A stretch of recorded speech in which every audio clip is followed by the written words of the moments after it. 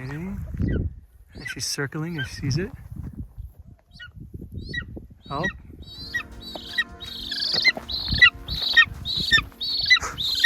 Landed. I thought she was coming right at me. Oh my god, I was about to freaking freak out. Boom.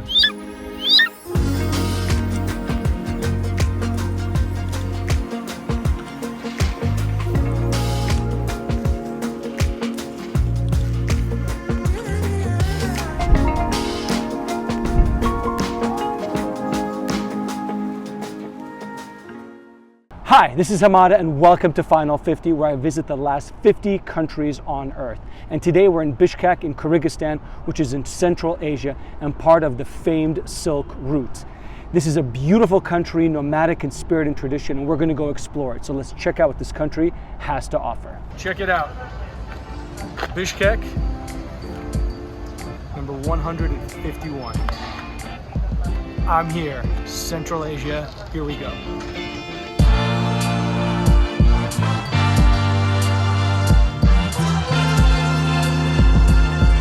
So Bishkek is known for its tree-lined boulevards, incredible squares like this one, paying homage to those who freed the country from previous tyranny, and just really beautiful parks. Definitely underestimated it. I didn't know it was going to be this green, but apparently it's one of the greenest of all capitals in Central Asia. So the flag of Kyrgyzstan symbolizes red for valor and bravery, the sun for eternal peace, and then you can see inside the sun there is 40 rays, which is the unification of the 40 tribes that fought against the Mongols by menace. So Kyrgyzstan is 90% Muslim, as are so many other countries in Central Asia, but most Central Asian countries, including Kyrgyzstan, consider themselves to be more, at least politically, secular.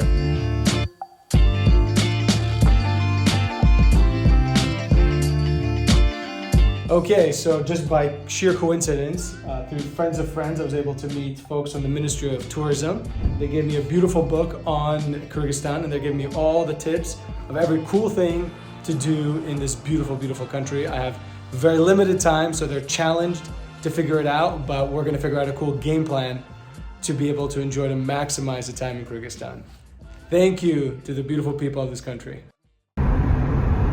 All right, I'm here with my boy Bix, who works for the Ministry of Tourism. So we're going out to a location. We're gonna let Bix tell us where we're going. Where we're going, Bix? National park is called Archa. So it's located on the north part of Bishkek. And approximately 50 minutes to go. And it's one of the main national parks of Kyrgyzstan, super close. It's like a main source of water for the city of Bishkek and in Kyrgyzstan, and it comes from a location near the national park where we're going. Let's see if we can also find that today as well.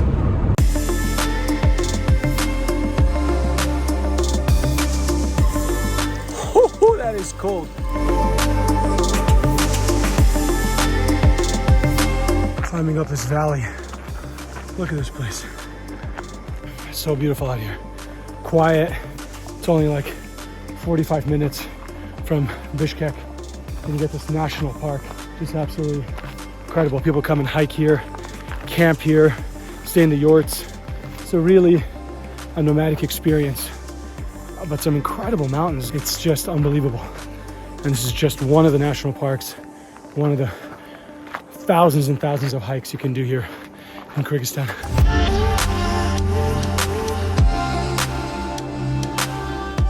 Welcome to Kyrgyzstan!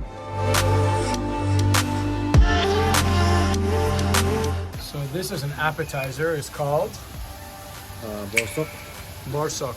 It's a kind of bread which is fried in a really high temperature. Okay, and what's the sauce? It's called kaymak. Which is? It's made of milk, but chocolate kind.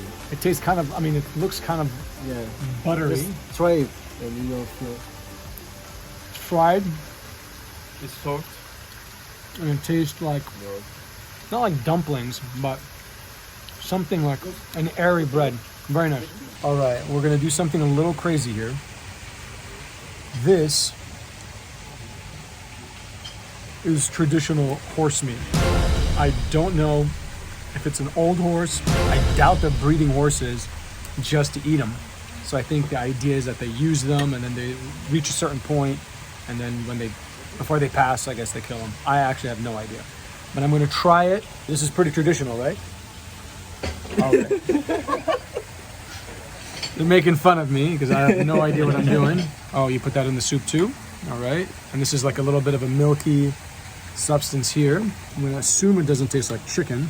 I'm going to imagine it tastes like beef.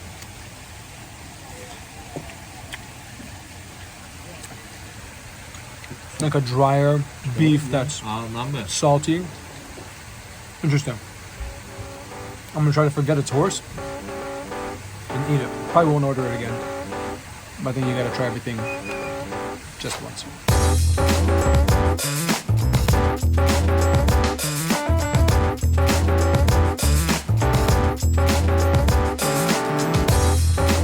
So what are we gonna try to drink? What are you taste? So it's one of the national drinks in Kyrgyzstan itself. So you can meet this one in each district, like in each even like streets. So it's called Shoro. Okay, Shoro. There are 3 types of them. So we are gonna try the next one. Okay, what are the 3 types? All right. So this is like the national drink. People have this literally on every street corner. You're gonna find this drink thing. And I've been curious about it and we're gonna check it out. Come by.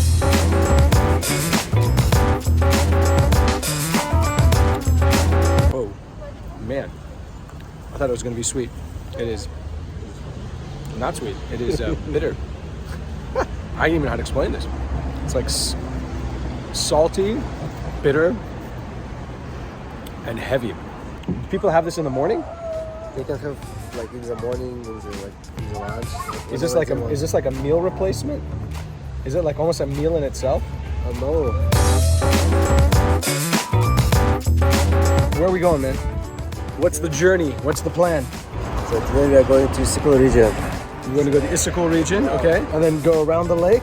Yeah, we'll make a circle around the Issyk-Kul region. Okay. So first destination is Balıkçı. Okay. And we have to get some good sleep and eat well because we're about to sleep in a couple of yurts for a couple of nights. Nomadic life of the beautiful Kyrgyzstan.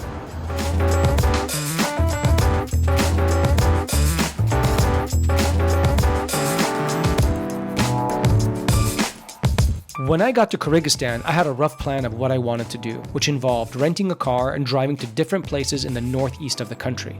But when I realized how hard it was to rent a car, the difficulty of the driving conditions, and the need to have someone show you the hidden gems, I knew I need to scrap that plan and find a different solution.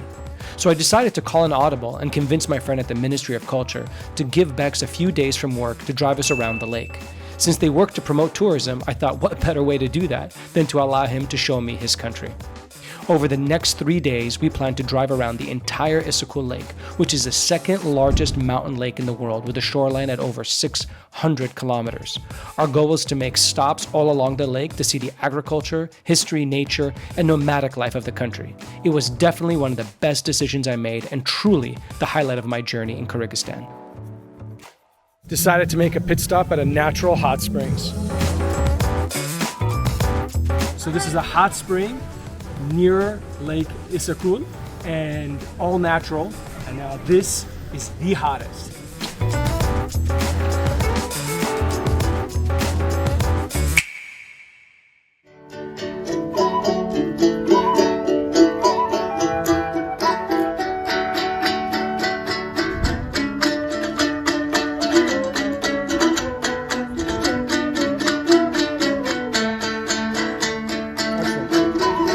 Onion, spicy, beautiful dumpling.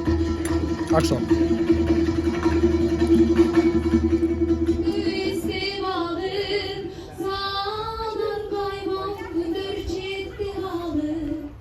So this is a Muslim Chinese mosque, Dungeon Mosque, from the Karakol region. A lot of Chinese Muslims came here to escape persecution over the years during the Silk Route and other eras in its history.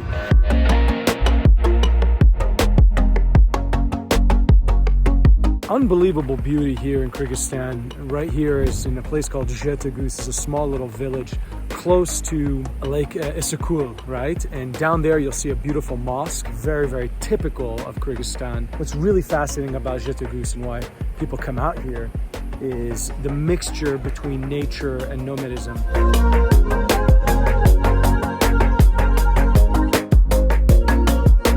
then this is like a valley that you can see in the background there, just so incredible. It just goes on, and apparently at the closer that way, you said there was gold mining? Yeah. It's the biggest one in Kyrgyzstan. Wow.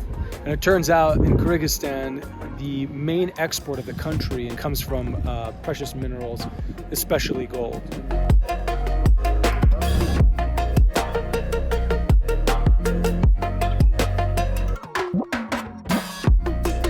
This is what I call spontaneous. I can't just keep driving around this lake and not stopping. And right behind it are some canyons. And then behind that are some incredible snow-peaked mountains. I mean, where else can you go that has water that looks like this with ice-capped mountains literally right behind it? Check this out.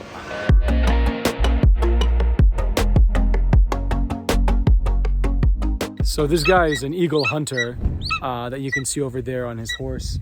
And this is just a classic example of Kyrgyz history and tradition, that these guys basically have these eagles hunt for them. And they basically start off with that on their eye, as you can tell there.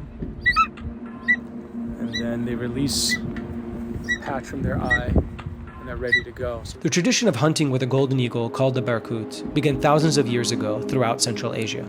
Hunting with these eagles for food and fur was seen as more humane and natural than with weapons. Now the hunting is more of a way of preserving their ancient heritage, where the hunter passes the tradition from one generation to the next, so it is never forgotten. The eagles tend to be female, as they are more aggressive, and their training starts at a very young age and continues up to the age of 20. Thereafter, they are ritually released into the wild. The eagles can soar up to 3,000 meters and spot their prey, such as jackals, marmots, and other animals from an incredible distance. But what I found so unique was the symbiotic dependency between the hunter and the eagle. At times, they seemed completely intertwined and inseparable with one another. The sheer ferocity of the eagle tamed only through the strict training, love, and admiration of the hunter. He sees it. Seeing it. Boom. Tackles.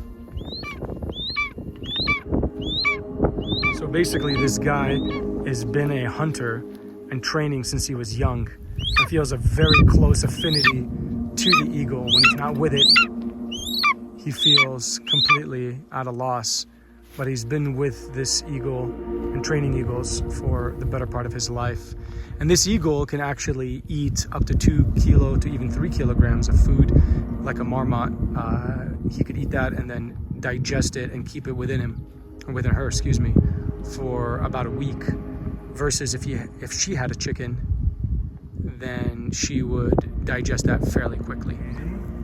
He has his hand out, and she's circling, and she sees it. Oh.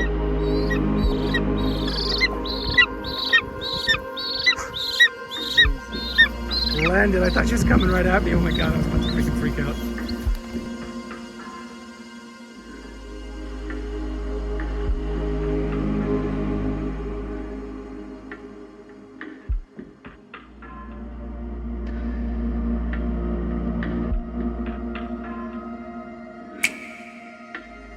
Our home for the night.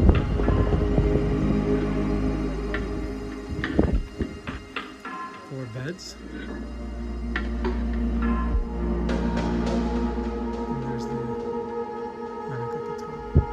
Would you sleep here? Would you do it?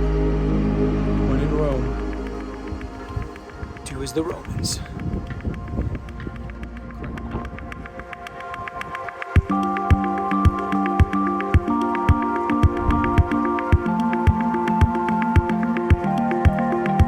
Okay, man, so tell me, what makes you a proud Kyrgyz person, and why should people come to Kyrgyzstan? I think that whoever comes to Kyrgyzstan, he loves the untouched nature. It's the first thing. Then I know that the Kyrgyzstan is full of rich tradition and culture. Maybe you notice here when you are here. And I can attest to that because it has been one incredible experience to meet people here and to see the traditions, the nomadic traditions here. And the nature is just unbelievable. We've only really explored one region, and there's 7 of them, so there's so much more to see. So thanks to this guy, he's made it so good, man.